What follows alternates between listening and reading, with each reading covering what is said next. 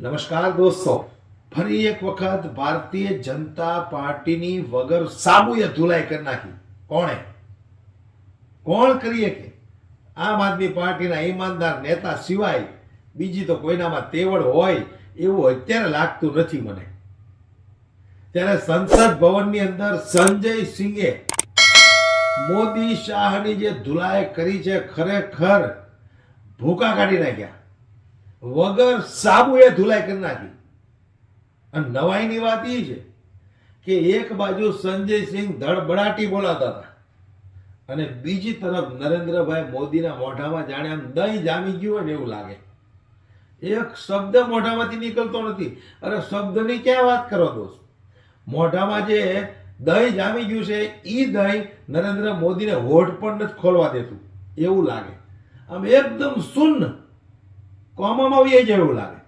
જે રીતે સંજય સિંહે નરેન્દ્ર મોદીની ધુલાઈ કરી છે અદાણીને લઈને, જરા સાંભળો તો ખરા.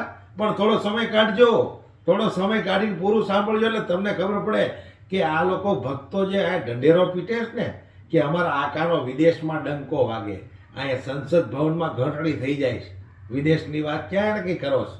વિડીયો સાંભળો અને પછી તમારી આજુબાજુમાં જો ભગતડા રહેતા હોય ને તો એને શેર કરજો. જે રીતે સંસદ ભવનની અંદર નરેન્દ્ર મોદીના ભૂકા કાઢી નાખ્યા, સાંભળો તમે એક વખત. गली गली में शोर है, संजय जी नरेंद्र मोदी चोर है, कोई बात रिकॉर्ड पे नहीं जाएगी, नरेंद्र मोदी चोर कोई है। बात रिकॉर्ड पे नहीं जाएगी बस। नरेंद्र मोदी का दोस्त अडानी बांग्लादेश को बिजली सप्लाई करता है, आप विषय पर बिजली बोलिए। सप्लाई करता है। प्रधानमंत्री गाय काटने वाली कंपनी से चंदा लेने वाले लोग मेरे ऊपर सवाल उठा रहे हैं। पर आपने भारत की बिजली चोरी करके, भारत की बिजली चोरी करके बांग्लादेशियों का घर रोशन आप करते हो। संविधान पर बोलिए संजय हमें जी, कोई क्या रिकॉर्ड बता पे रहे जाएगी। हो? मस्जिद में मंदिर खोज रहे हैं पूरे देश के अंदर। ये दोहरी नीति नहीं चलेगी। कतर के शेखों के साथ बिजनेस करेंगे, दुबई के शेखों के साथ बिजनेस करेंगे, या मुसलमानों के खिलाफ हिंसा की बात करोगे।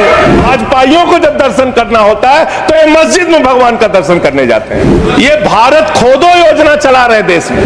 अरे मैं कहता हूं अगर इतना ही खोदना है, कल को कोई आके दावा करेगा संसद को खोद दो, कम से कम प्रधानमंत्री की डिग्री मिल जाएगी, उसका तो पता चल जाएगा कहां है। संसद खोद दो। अगर जेल वेल की बात करोगे ना, जिस दिन सत्ता परिवर्तन होगा एक भी आदमी बाहर नहीं दिखेगा। ऐसी बातें मत करो, आपस में बात नहीं ये संजय जी। धमकी देने की बातें मत करो। अडानी की दलाली करने वाली सरकार हमसे आप सवाल बोले कर रही है। विषय पर ये भ्रष्टाचार बोलिए। से बोलेंगे जेल 3 घंटे ईडी सीबीआई दे दो, सबको भेज दूंगा। वो बोल रहे हैं जेल क्यों आपस गए? में बात न करें, आप बोले संविधान पर। ये आप प्रोग्राम को आपस में बात- एक बात याद रखना, ये देश बाबा साहब के संविधान से चलेगा, किसी मोदी और अमित शाह के फरमान से नहीं चलेगा। तुम्हारा गठबंधन ईडी से है, ईडी से तुम्हारा गठबंधन, सीबीआई से तुम्हारा गठबंधन, यहां इंडिया गठबंधन है, वहां ईडी गठबंधन है। भारत के प्रधानमंत्री जिन्होंने देश के बड़े बड़े फैशन डिजाइनरों को भी फेल कर दिया इतना सज के चलते। जरूरत से ज्यादा उतना ही काम करो जितना ठीक लगे। आप इधर बोले, आपस में बात न करें जरूरत से संजय ज्यादा जी। मत उड़ो, संजय जी प्लीज, जरूरत से ज्यादा मत उड़ो। ये भ्रष्टाचार के खिलाफ बोलेंगे। 3,02,000 करोड़ रुपए का ठेका इन लोगों ने इलेक्टोरल बॉन्ड के नाम पे लिया सर। ये मंत्री है सरकार के। बच्चों शांत हो जाओ, बच्चों हल्ला मत करो, प्लीज बच्चों शांत, बच्चों हल्ला मत करो, बच्चों शांत। प्लीज।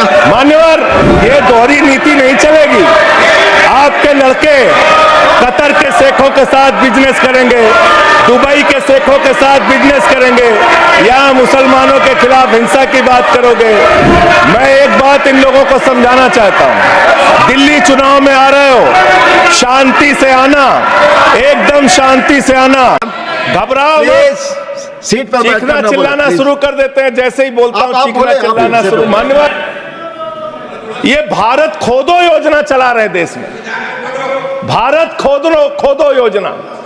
अरे मैं कहता हूं अगर इतना ही खोदना है, कल को कोई आके दावा करेगा संसद को खोद दो, कम से कम प्रधानमंत्री की डिग्री मिल जाएगी, उसका तो पता चल जाएगा कहां है। संसद खोद दो। ये भारत खोदो योजना बंद करो, इससे देश का विकास होने वाला नहीं है। आपने शिक्षा में क्या हालत की देश की? माननीय शिक्षा मंत्री जी यहां पे बैठे हुए हैं, मैं बताना चाहूंगा शिक्षा के स्तर को आपने कहां पहुंचा दिया। 11 लाख, अरे क्या क्या यहां बोला गया, मैंने खूब सुना है, आप ही लोगों से सीखा है। 11 लाख बच्चों को सरकारी स्कूल से दूर किया गया। 11 लाख बच्चों को। यह देश के अंदर शिक्षा की व्यवस्था है और इसमें सबसे ज्यादा मान्यवर अगर किसी राज्य की भागीदारी है जहां पे सबसे ज्यादा बच्चे सरकारी स्कूल से दूर हुए हैं, पिछले 8 महीने का आंकड़ा शिक्षा मंत्रालय ने लोकसभा में रखा। 11 लाख में से अकेले 7,84,000 बच्चे उत्तर प्रदेश में सरकारी स्कूलों से दूर गए।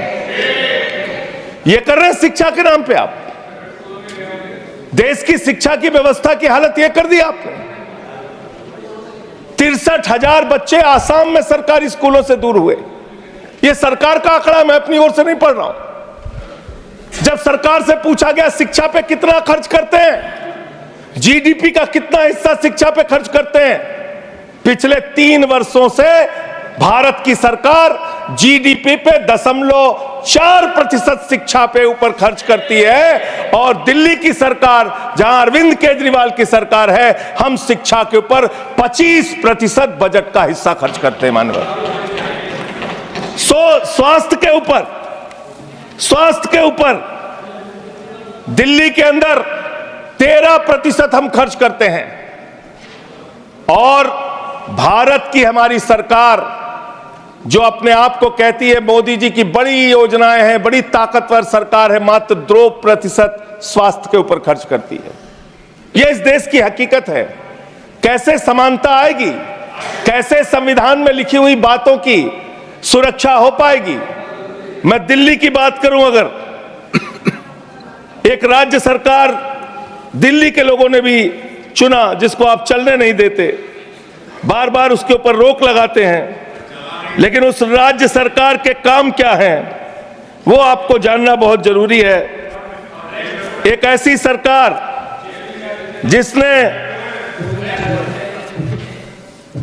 अब देखिए टोका टोकी करेंगे। बोलिए ना, आप बोलिए, आप क्यों उधर बात अभी ये लोग जब बोल रहे थे मैं चुपचाप सुना। आप बोलिए। अगर जेल वेल की बात करोगे ना, जिस दिन सत्ता परिवर्तन होगा एक भी आदमी बाहर नहीं दिखेगा। फिर ऐसी बातें मत करो, आपस में बात नहीं। संजय जी, धमकी देने की बातें मत करो। संजय जी, आपस में कोई बात नहीं। संजय जी प्लीज प्लीज, नहीं कोई नहीं, आप लोग आपस में बात कंट्रोल कीजिए सर। सभी लोग आपस में बात प्लीज, आप बैठे रहे प्लीज। ऐसे धमकी देके काम मत करो। आप विषय पे बोले।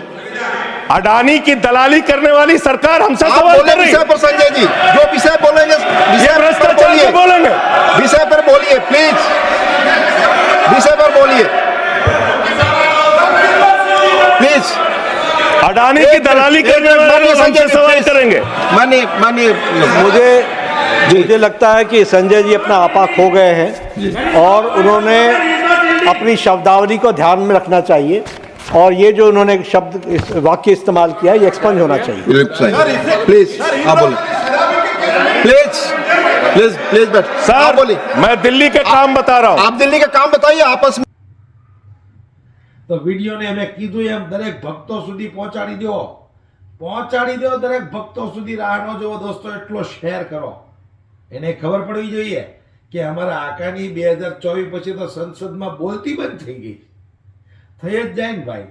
અત્યાર સુધી વિપક્ષ એટલો મજબૂત નહોતો એટલે મજબૂર હતો, પણ હવે વિપક્ષ મજબૂત થયો એટલે એ તો ડૂચા કાઢી જ નાખવાના ભાઈ।